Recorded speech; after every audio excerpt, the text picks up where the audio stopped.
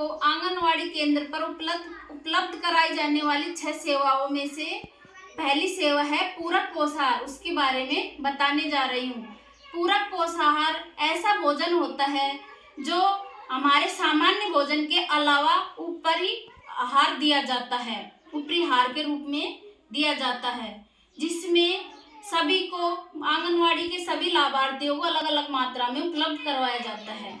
गर्भवती माताओं को 140 ग्राम प्रतिदिन के हिसाब से खिचड़ी और सादा दलिया और मीठा दलिया ये नियमित 140 ग्राम के हिसाब से उपलब्ध कराया जाता है। इसी प्रकार धात्री माताओं को भी 140 ग्राम प्रतिदिन के हिसाब से दिया जाता है, जिसमें खिचड़ी, मीठा दलिया और सादा दलिया 3 तरह का पोषाहार दिया जाता है। इसी प्रकार 6 माह से 3 वर्ष के बच्चों को भी 60 ग्राम प्रतिदिन के हिसाब से पोषाहार उपलब्ध कराया जाता है, जिसमें खिचड़ी, सादा दलिया, मीठा दलिया और बालहार ये 4 तरह का पोषाहार होता है, जो बच्चों को 60 ग्राम प्रतिदिन के हिसाब से उपलब्ध कराया जाता है।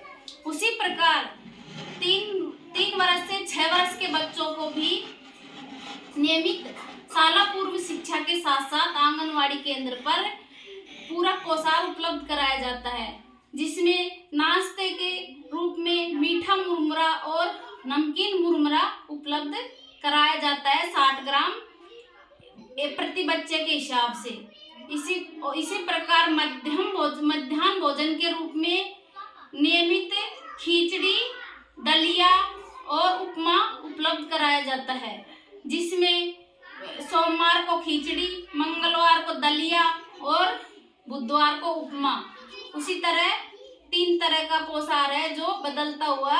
इसी तरह बृहस्पतिवार को खिचड़ी, शुक्रवार को दलिया और शनिवार को उपमा। इस तरह बच्चों को शाला पूर्व शिक्षा के साथ साथ नियमित नाश्ता और भोजन के रूप में ये पूरक पोषाहार दिया जाता है, जिससे कोई बच्चा भूखा नहीं रहे और कुपोषण को कम किया जा सके।